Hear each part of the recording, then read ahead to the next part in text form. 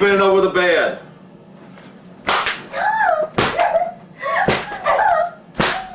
Bend over the bed. I'm going to keep beating you on your legs. Bend over the bed. Stand up. No. Stand up.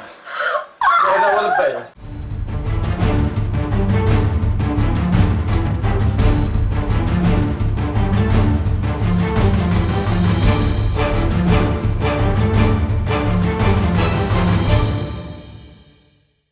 And welcome to another edition of South Texas Crossfire. This is Attorney Joe Flores reminding you to join us each and every week right here on KTMB with the Lopez family.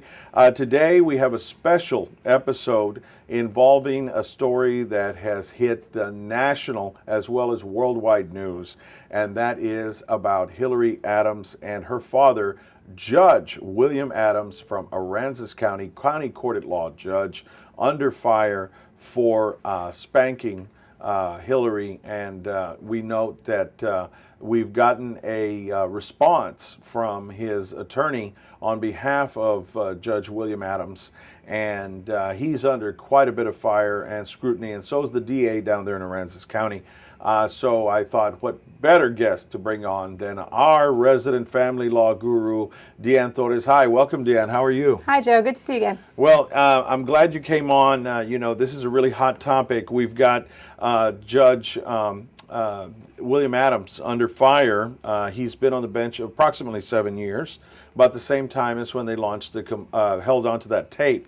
Let's talk about that first. I mean, the images you're seeing are pretty horrendous of the spanking and everything. So let's look at the issues first. I mean, what do we know? That there's been an outcry from an adult, 7 years old. Right. So we're talking about statute of limitations. A lot of people don't understand how that works. You do criminal and family law. What is statute of limitations, and why can't they bring that here in Texas, arguably? Statute of limitations basically means from the time that the case originates, there's, depending on the case, 2 years is the statute of limitations, 4 years, and it goes on depending on the severity. In this situation, I think that's what the district attorney is really looking at, is has too much time lapsed where they cannot bring criminal charges to Judge Adams. Well, and she waited 7 years. In all fairness, you know, all national, interviewers also and stations, when she came out on Good Morning America, they asked that. They said, now, why did you wait 7 years to do this? And now my understanding, based on our investigation, there is a custody battle raging between the judge, his ex-wife, and a 10-year-old. Now, if there are allegations that the 10-year-old may have suffered the same sort of spanking, does that change the equation? Oh, absolutely. I think the key with what you just said initially was, why did it take so long for Hillary to come out and say, look, I was abused as a child? But I think people are now looking at, disregard how long it's been. The concern is if this is still going on in the home where Judge Adams is, especially because there's a 10-year-old child at stake, I think that changes the whole scenario for modification. And you've been in CPS battles, custody battles, and you fought in those trenches. Now, Child Protective Services doesn't really care about statute of limitations and criminals. CPS has the absolute right to launch an investigation on anybody in case what? A child is endangered here in Texas? It's my understanding that Child Protective Services has begun their investigation. They'll probably be speaking to all parties involved, but I think the key for them is going to be, is there still something going on today? If this child of 10 years old says there's nothing going on anymore, this was something that used to happen when mom and dad were together, but I haven't been abused, then I think that's where CPS's case is going to close, and that's where that will end. Well, and here locally, you know, the rumor mill in the legal community, some people are arguing that the mother strangely came forward, was right there in tandem with the daughter on Good Morning America and other interviews, and indicating that, oh, I was hapless, sort of, I had to go along with it, and I suffered abuse for years. Now, not to minimize that, I know that many, in an abusive relationship like that we've seen that again and again in the courts where there has been a parent that went along or at least ratified what was going on, agreed to it, and she herself got in a good lick during the video. You saw the video. I did see the video. I will tell you honestly, from my perspective, the first time I saw it, initially I was thinking, how long is this video going to go on? But after I saw it a couple of times, I think you're going to have people that have just different opinions from different spectrums. And I think the key is in Texas, people feel very strongly that you should be able to punish your children, or you should be able to get after your kids if they, in his case, he's saying you stole something or they're not listening to you. And so I think a lot of parents feel like you should be able to discipline your children when necessary. Well, I think even Texas is being looked at, that Yes. some of the national, but is it really true that Texans necessarily per capita whip their children more? I don't think so. I think a lot of people here, and we saw it on Facebook here locally and there's other social platforms, that people were saying, wait a minute, this is in excess. Right. The majority of people I've interviewed, man on the street kind of deal, they said, okay, the first 10 seconds. Exactly. And I think that's initially what I was thinking too. I thought, okay, fine, you hit her a couple times with the belt. Hey, I don't want you to do this again. Let it be a lesson to you. But Dee Ann, come on, 16? 16 years old is a little old to be doing that. With and then the other elephant in the room, cerebral palsy, CP case, Yes, exactly. and then but here, this interesting letter that's submitted by his attorney says she's highly functioning, that she was brilliant. They're basically saying that she whipped out the disability card, that she did it because they were taking away her Mercedes and her money. Mm-hmm. And that she was working, and that she threatened to bring out the video that, quote unquote, Judge Adams regrets, if true, that his daughter believes he is in need of healing from the family divorce. Divorce is certainly traumatic and takes a significant toll on all, especially children. And Judge Adams is of the opinion that Hillary's gesture is little more than a much needed but hard to believe explanation why she chose to post the video. Now, family law wise, I know I'm not asking you to be a psychoanalyst here, but Okay. is it arguably that he is an abusive person that is trying to make the victim the bad guy? I mean, if he wasn't a judge, let's just throw Right, this down. right. If he wasn't a judge here in Texas, and I'm sorry to say it, but I'm going to throw out not the race card, but the whole deck here. Okay. If he was Hispanic or black, and he wasn't a judge, and the daughter had him on video, let's be honest, you and I have been in CPS before. Yes. Do you think that the DA would be finding every which way to indict this guy?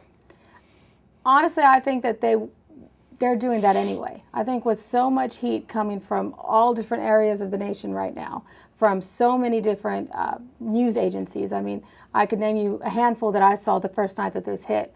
I think that the district attorney in Aransas County has to do everything imaginable and possible to make sure he crosses every T and dots every I. But the district attorney, I mean, Right. not to be so hard on Flanagan, but it's almost like he's talking like a defense attorney for the judge. Oh, statute of limitations applies. I can't do anything.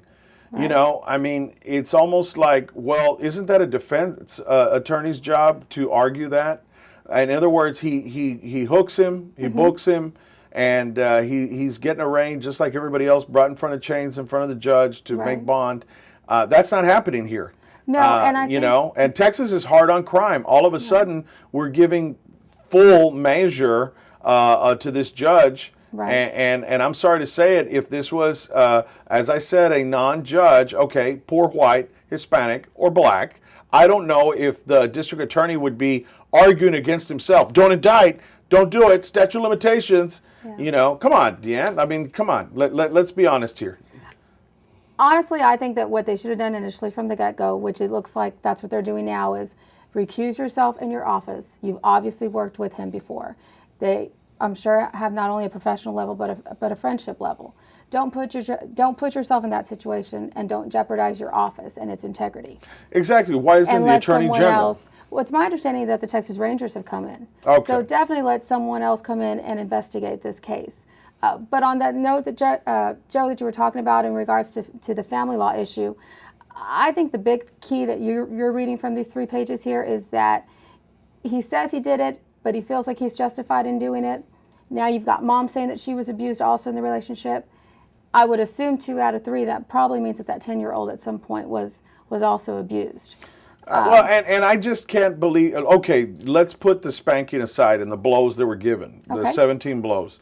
The language that was being used during the hit, Yes. the F-bombs that were being thrown, the comment, I wish I could beat you all day long, I should spank you in the face. Yes. I mean, that is basically, he lost it. Like, he lost control, and he lost touch with reality, it looked like. I mean, he was just raging on the child with a belt.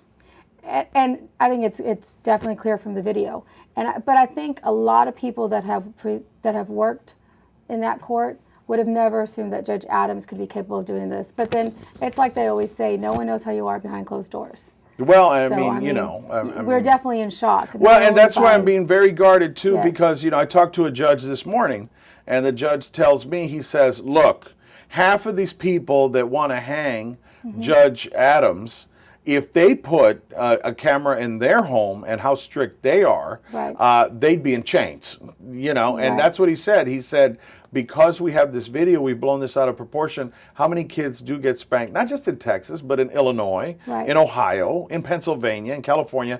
It's almost like the mainstream media is making Texas like this bad land where everybody beats their kids within an inch of their life, and it's simply not true. Well, what I've even heard was we are the state that kills the most prisoners. We have So the let's spank highest them all. number of capital murder cases.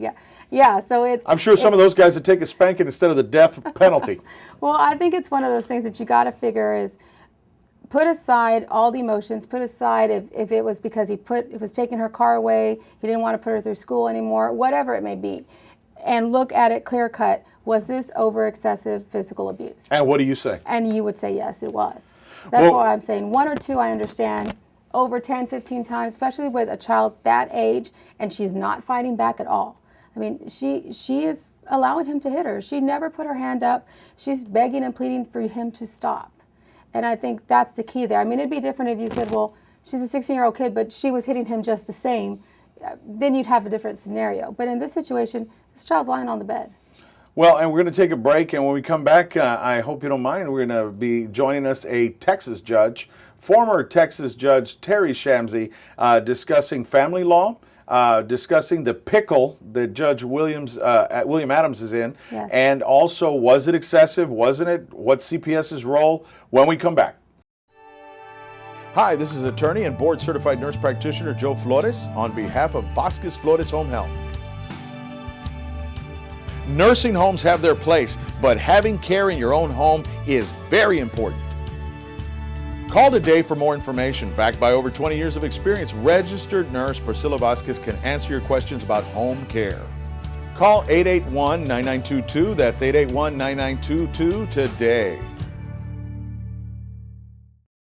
Hi, this is attorney and board-certified nurse practitioner Joe Flores. I want to talk to you about something very important today, and that is hospice. Hospice care is not the end, it's only the beginning. It brings families together. Your loved one deserves the very best care, and they deserve to receive their care at home. Remember River City Hospice, 882-5900. Hope, dignity, and love, it's got to be hospice.